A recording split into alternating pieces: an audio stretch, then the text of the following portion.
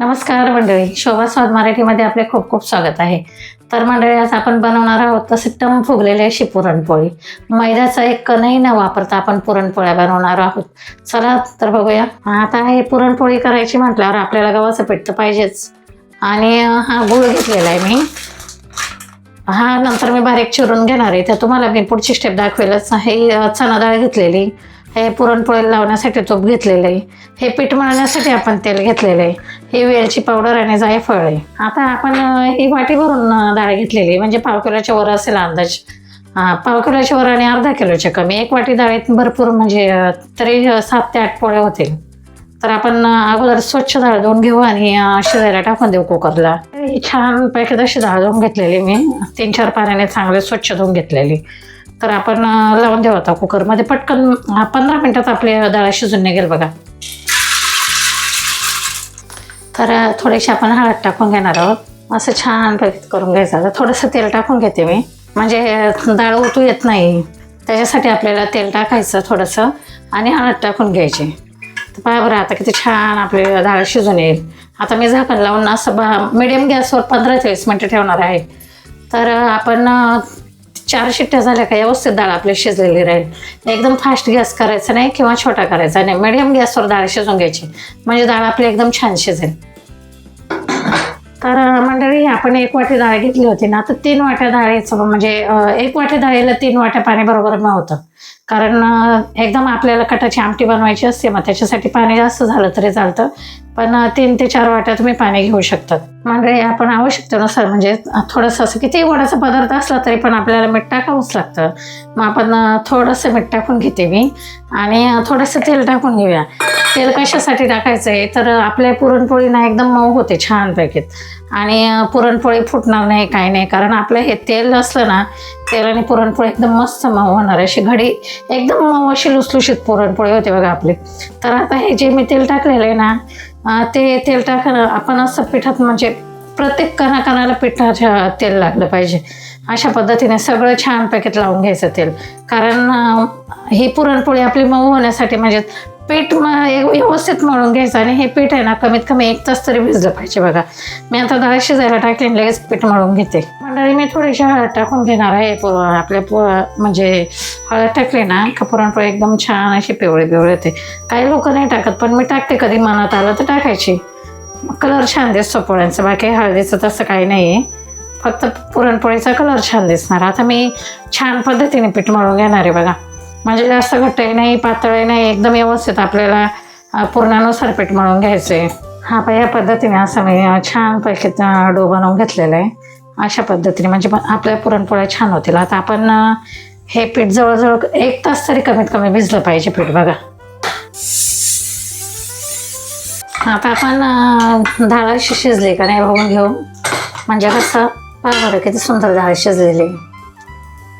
तुम्ही बघू शकतात मंडळी, किती छान डाळ शिजली आपली. अशी डाळ शिजवून घ्यायची. हे पहा, अशी एकदम मस्त डाळ शिजून घ्यायची. मग डाळ चांगली शिजली ना, पुरण पण छान होतं आपलं. तर आता आपण ही डाळ आहे ना अशी मस्त उमटून घेणार आहोत, कारण आपलं पुरण छान झालं पाहिजे. आणि हे पाणी ना फेकून नाही द्यायचं.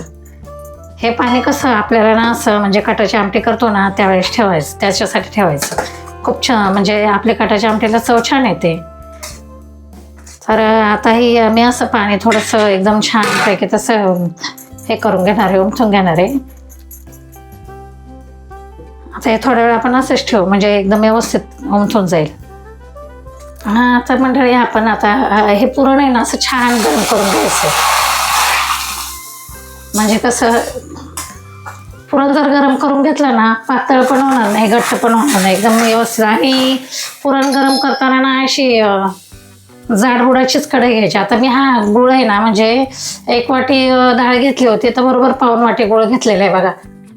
असा एकदम मस्त बारीक चिरून घेतलाय तो मी. आता कढईमध्ये टाकून घेते. आता डाळ टाकून घेतली आणि मंडळी, ही 1 वाटी फुल गहू, म्हणजे आपण चणा डाळ घेतली होती, तर मी 1/4 वाटी बारीक चिरून घेतलेला गूळ टाकते बघा.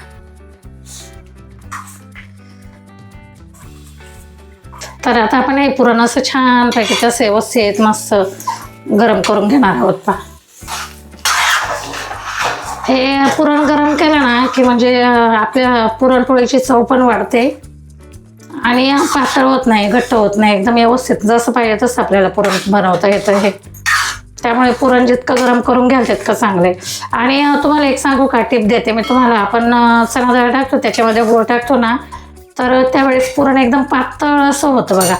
असं पातळ होणार पुरण, पण त्यावेळेस घाबरायचं नाही, कारण आपण गूळ टाकतो गरम गॅसमध्ये. म्हणजे आपण गॅसवर कडे असताना गूळ टाकला ना का गूळ एकदम विरघळतो, त्याच्यामुळे एकदम पातळ होतो तो. पण ते हळूहळू आपण बारीक गॅसवर एकदम घट्ट करून घेणार आहोत ते. आता अशाच पद्धतीने जवळजवळ मला 10 ते 15 मिनटं लागते एवढं पुरण असं एकदम घट्ट करायला. तर मी वेलची पूड टाकून घेते, वेलची आणि सुंठाची पावडर आहे बघा. तर आपण थोडंसं जायफळ पण घेऊ. आता आपण थोडंसं असं जायफळ किसून घेऊ, म्हणजे पुरणपोळीचा सुगंध खूप छान येईल बघा.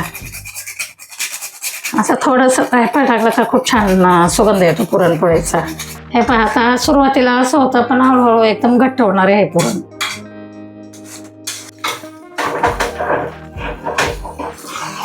हे पहा, आता आपण सुरुवातीला बघितलेलं तेव्हा किती पातळ झालं होतं पुरण. असं हळूहळू एकदम बारीक गॅसवर करायचं, गॅस फास्ट करायचा नाही. गॅस फास्ट केला ना का पुरण लागू शकतं खाली, म्हणजे असं जळणार. आणि असं ज्यावेळेस आपण परततो आपण, सॉरी जरा शब्द अडखळला माझा. आपण ज्यावेळेस पुरण परततो ना त्यावेळेस असं एकदम तळापासून घ्यायचं, म्हणजे पुरण लागणार नाही याची काळजी घ्यायची. आणि पुरण गरम करताना असं जाड बुडाचंच भांडं घ्यायचं. तर हे पुरण झालेलं नाही अजून, आपल्याला जवळजवळ 10 मिनटं लागतील असं घट्ट गोळा होण्यासाठी.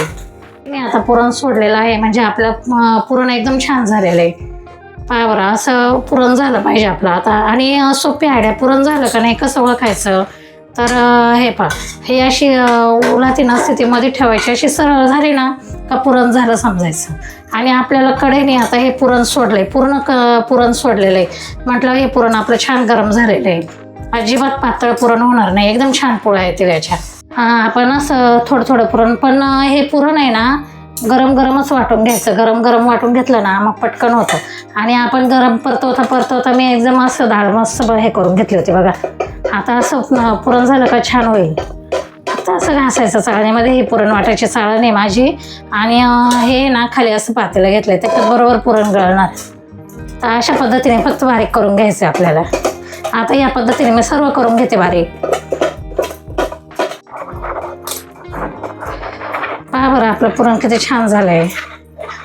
हे पुरण वाटायला मला 10 ते 15 मिनटं लागले. 10-15 मिनटात माझं पुरण होऊन गेलं. तर तुम्हाला दाखवते मी. तर मंडळी हे पहा आपलं पुरण किती छान झालेलं आहे, म्हणजे एकदम असं घट्ट पुरण झालेलं आहे. आणि चाळणीने किती बारीक वाटलं गेलंय बघा बरं. असं छान पुरण झालं पाहिजे, असं लाडू तयार झाला बघा आपला. किती सुंदर पुरण झालेलं आहे. तर आता आपण याच्या मस्त पुरणपोळ्या लाटून घेऊ. तर मंडळी आपण हे पीठ छानपैकी 1 तास भिजून घेतलं होतं. पहा बरं, म्हणजे एकदम असं मऊसूत झालेलं आहे मस्त पीठ. तर आता हे पीठ आहे ना असं छान व्यवस्थित करून घ्यायचं आहे. थोडंसं असं तेल टाकलेलं आहे मी, असं म्हणजे एकदम असं एकदा परत थोडंसं मळून घ्यायचं, म्हणजे आपल्या पोळ्या, कारण आपण 1 ते 1.5 तास पीठ भिजवलेलं आहे ना, मग आपल्या पोळ्या चांगल्या झाल्या पाहिजे. पहा बरं, आता अशा पद्धतीने मी हे पहा असं पीठ मळलेलं आहे. तर मंडळी हे पुरण पण आपलं असं मस्त घट्ट झालेलं आहे बघा, छान झालेलं आहे एकदम. तर आता मी तुम्हाला दाखवते.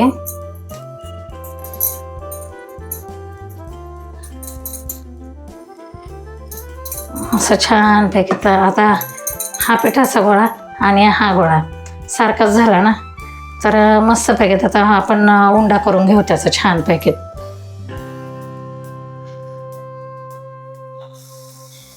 हे बघा असं खालची बाजू जाड करायची, आपण पराठे करतो ना तसंच हा गोळा बनवून घ्यायचा आपल्याला. असं वरची बाजू ना अशी फिरवत राहायचं, म्हणजे एकदम पातळ अशी वाटी तयार होते बघा. आणि जी मधला भाग असतो ना तो असा जाड ठेवायचा. या पद्धतीने असे मी मस्त एकदा असं पूर्णचा उंडा बनवून घेणार आहे. असं हाताला पीठ चिकटलं तर थोडंसं सुकं पीठ लावायचं. बरं अशी वाटी पण बनवून घेतलेली. आता पिठाचा उंडा आणि पुरण सारखंच झालं आपलं. मग आता हे पुरण आहे ना असं आतमध्ये दाबून घ्यायचं 2 बोटांनी. असं आतमध्ये दाबलं का असं छानपैकी असं गोल गोल गोल गोल फिरवायचं. म्हणजे आपलं पुरण उंडा एकदम व्यवस्थित होणार. आणि एक टिप देते तुम्हाला, हा उंडा चांगला झाला ना मग आपली पोळी ना पुरण बाहेर येणार नाही आणि व्यवस्थित होईल. तर हे असं करायचं बघा. आता हे उरलंय ना असं, तर ते असं डायरेक्ट तोडायचं नाही. तर असं हा उंडा आहे ना असं असं असं असं करून करून करून करून करून असं असं गोल गोल फिरवायचं आणि असं आला तोडून घ्यायचं. म्हणजे आपलं पुरण बाहेर येणार नाही आणि छान होईल पोळी.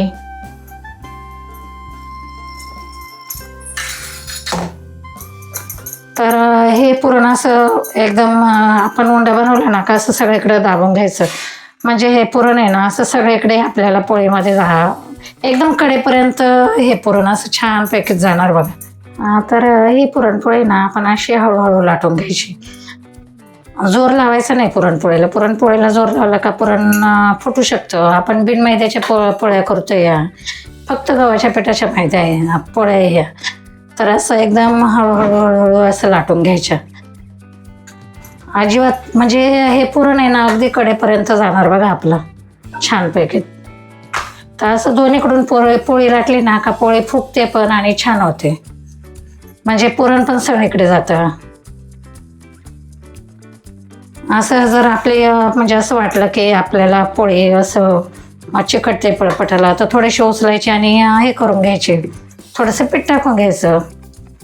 बरं आता हे कडेपर्यंत असं पुरण गेलेलं आहे. बघितलं, दिसतंय का तुम्हाला किती छान पोळी झालेली आपली. अशा पद्धतीने आपण पोळी झाली पाहिजे. तर आता मी भाजून दाखवणार आहे तुम्हाला. असं तव्याला ना पोळी चिकटू शकते म्हणून थोडंसं तूप टाकून घ्यायचं.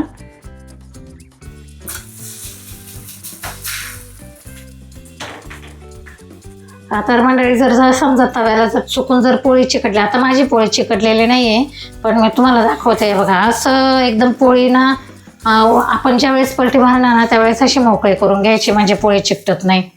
तर हे बघा असे छोटे छोटे बलबल आले ना की मग नंतर आपण पोळी मस्त अशी पलटून घेणार आहोत. अशी पोळी पलटून घ्यायची. आता पहा बरं किती छान पुरणपोळी होईल आपली. तर व्यवस्थित अशी मस्त भाजून घ्यायची. अशी लाल जरत भाजून घेतली ना खूप छान होईल. पहा कशी फुगायला सुरुवात झाली तिची. टम अशी फुगणार आहे ती पोळी. पहा बरं.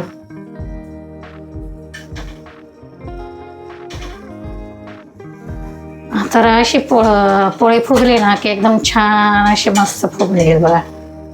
पहा बरं किती छान फुगली पोळी. तर आता मी थोडंसं तूप टाकते त्याच्यावर, कारण पुरणपोळीला तूप असलं ना का पोळी खूप छान लागते बघा.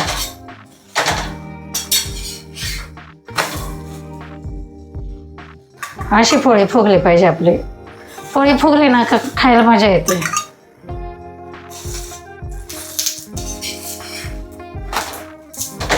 अशी मस्त भाजून घ्यायची दोन्हीकडून पण.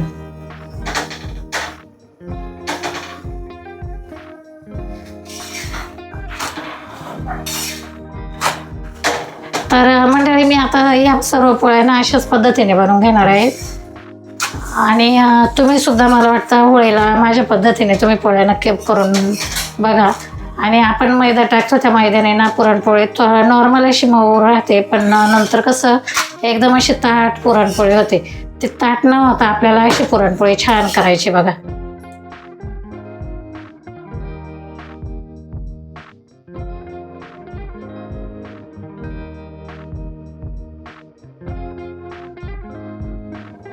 तुम्ही बघू शकतात किती आपली पोळी अशी एकदम मऊ झालेली बघा.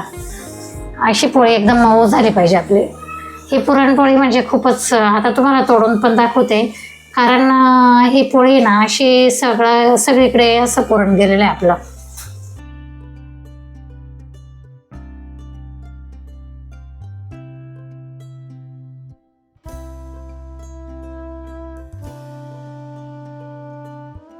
पहा बरं किती पुरण गेलेलं आहे आपल्या आतमध्ये. तर मंडळी आपल्या पोळ्या किती मऊ लुसलुशीत आणि सगळीकडे असं पुरणाचं सारण भरलेलं आहे बघा. किती छान पुरणपोळ्या झालेल्या आहे आपल्या. तर मंडळी व्हिडिओ थोडा जरी आवडल्यास लाईक करा, शेअर करा, सबस्क्राईब नक्की करा आणि माझ्या पद्धतीने तुम्ही नक्की पुरणपोळ्या बनवून बघा. तुमच्या पुरणपोळ्या कशा झाल्या त्या मला नक्की कमेंट करून सांगा. भेटूया पुढील भागात. Bye bye.